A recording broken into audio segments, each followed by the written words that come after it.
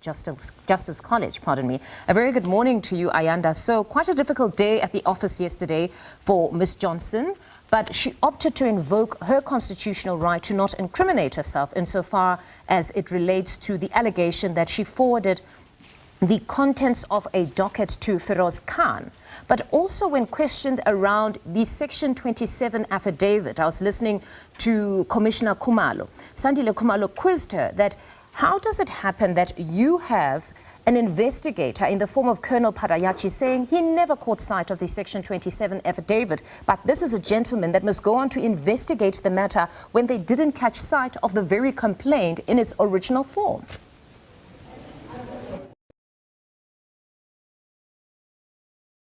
Wild things happen on our roads. Capture every...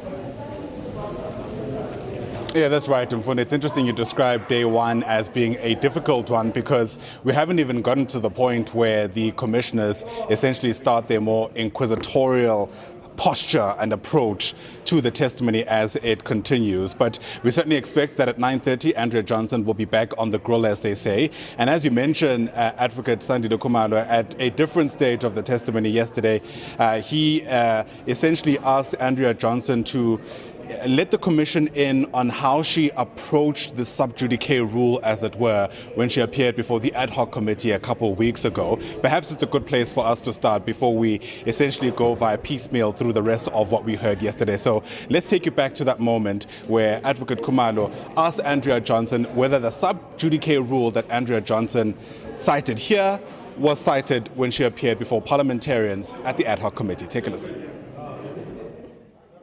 My understanding is that you testified in the ad hoc committee sometime late last year? That is correct, sir. Yes, and you testified in relation to the same issues? Yes. What was IDAC's attitude to the sub judice rule in the ad hoc committee? Did you adopt the same attitude, or were you comfortable to testify about the same issues? I must go back into my record, but I seem to think I did raise it, but had to still answer it. I just speak under correction. I don't have that exact, did we raise the sub judice and it was overruled, or I answered the question. So there you have it, Andrea Johnson really kicking for touch when she was essentially asked whether or not she's been consistent in how she responded to that committee and how she is responding to this inquiry, which, as you know, is constituted under the president's powers. Kenny Mapanga is our senior reporter who's listened to day one of that testimony and joins us now live. And Kenny, I suppose the commissioners in that questioning were building up to something, right? That, if she was able to answer questions about Feroz Khan and the allegations against her in that setting, she should be able to do it in this one too. Absolutely, and that's the difficulty with the exercise that is set to take off this morning, which is I call it the cross-examination, but the Commission's bench likes to say the more probing questions. And she submitted 3 statements, but the first and the third, which is really what the Commission is interested in, it's very limited in what she's offered to the Commission. We do know that Brian Padayachi went into quite great detail of his investigation into the appointment of Brigadier Mukwele.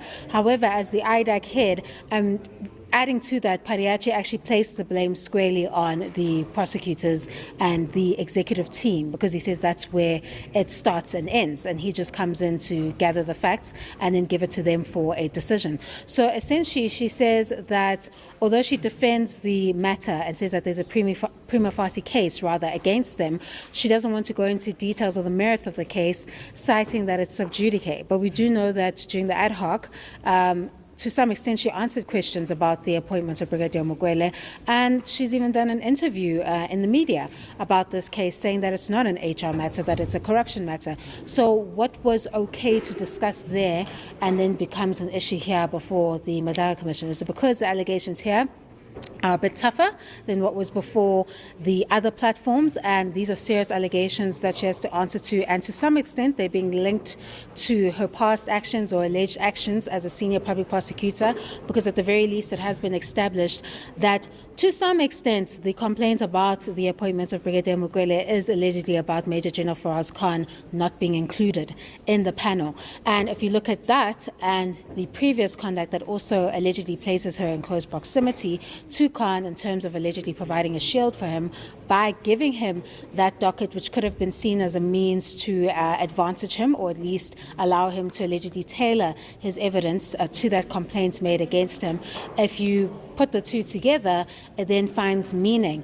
Perhaps that's why the witness doesn't want to go further into these details. Well, she cites sub judice in the one, and then in the other matter, she says that she wants to invoke her rights against self-incrimination. There's also a challenge there because the evidence leaders are contrasting that with the NPA Act and what self-incrimination means there, that you can't just give a blanket refusal to not answer questions. And it's something that she had to ponder on overnight and get back to the Commission as to how they take it forward. These are two major issues that need to be ventilated in quite great detail in order to get an understanding of where IDAC fits in these allegations and whether or not there's an intention or kind of motive, allegedly, by Advocate Andrea Johnson in that regard. Without testing those two statements, I'm not sure how far you can get with her particular evidence. So if it's going to be a situation where this is sub judice and I'm invoking my right against self-incrimination,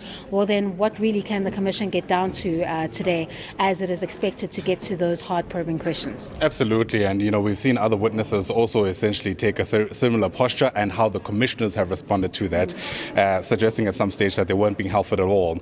The genesis of what we've heard, at least the genesis of this commission, comes from Ntantla Mkhwanazi's July briefing, and part of the allegation he made at that stage is that IDAC essentially is being used as an institution to weaponize fictional battles within the SAPS, and more specifically that Dumisani Khumalo is being targeted. Yesterday, Andrea Johnson told this commission that just moments before the very same Dumisani Khumalo was arrested, she had a death threat sent to her cell phone.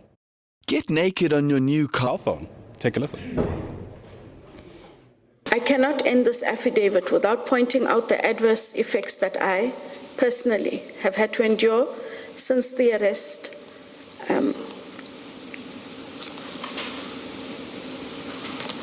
immediately just before the arrest of Lieutenant General Khumalo and co-accused was effected before 26 June 2025.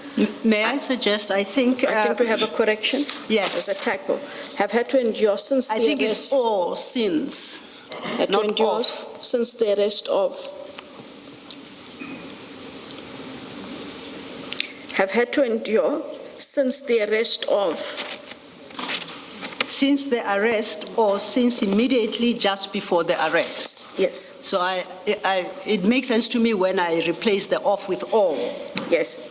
I think that was what was intended. Correct. Thank you. Was affected before 26 June. I received a death threat directly on my cell phone. It read, Mrs. IDAC, you and your guy Shabalala, Perumal, Padiachi, and Belochin have went too far. You're going to wish you did not. I think everyone that has the document can read that word. Yes. With us, get body bags ready. Close quote. All right, so there you have it. Andrea Johnson essentially saying that there's been a cost even to her personal life after she pursued that particular case. And Kenny, let me bring you back in here, because now we have an interesting scenario where on the one hand we're told that Dumisani Khumalo was being targeted. On the other, Andrea Johnson is, I suppose, painting a picture that she's touched an untouchable. Those are certainly my words, it's not what she said. Indeed, and she can't advance the sentiments stated in the statement that she puts before the commission without actually getting into the operational methods and what is contained or the elements that were used to trigger this investigation. And no matter how much she skirts around this particular topic, it's going to have to go there, because the answers in whether or not this was malicious or was this a legitimate pursuit of justice falls in that first, the Section 27 referral, did it even meet the requirements? Because she seemingly tries to suggest that she since removed herself from the matter, but I don't think she has the powers to even make such a suggestion before the Madlanga Commission. But at least when it started and it was allocated to the team, there wasn't this controversy yet. So she would have been to some extent involved in the case of the appointment of Brigadier Mokwele. And it's important for the Commission to get answers on those flaws in the operational methods that were uncovered by Brian Pareachi. Even if you start at his contention that he never had sight of the Section 27 referral affidavit, which really gives birth to the investigation, that already in itself is a red flag that the Mr. Paramore as well as Advocate Andrea Johnson will have to answer to. And it's not going to be enough to state that this was not a malicious prosecution or there was no political interference, when the real answers lie in the operational methods and the elements contained in the docket itself.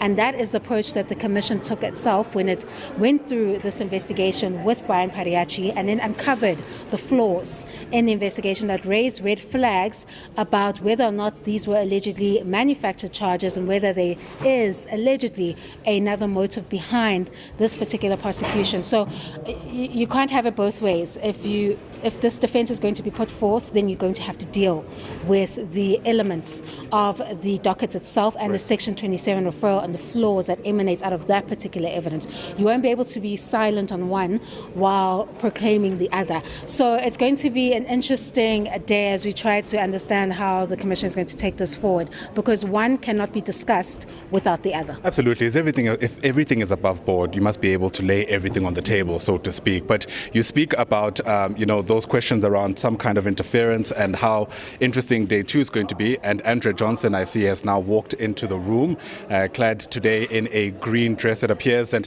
as we take in those visuals, let's also take you back to part of her statement yesterday where she denied that there was any political interference in the arrest of Dumisani Khumalo and his co-accused. Take a listen. I deny these allegations. I expand on this denial as follows hereunder.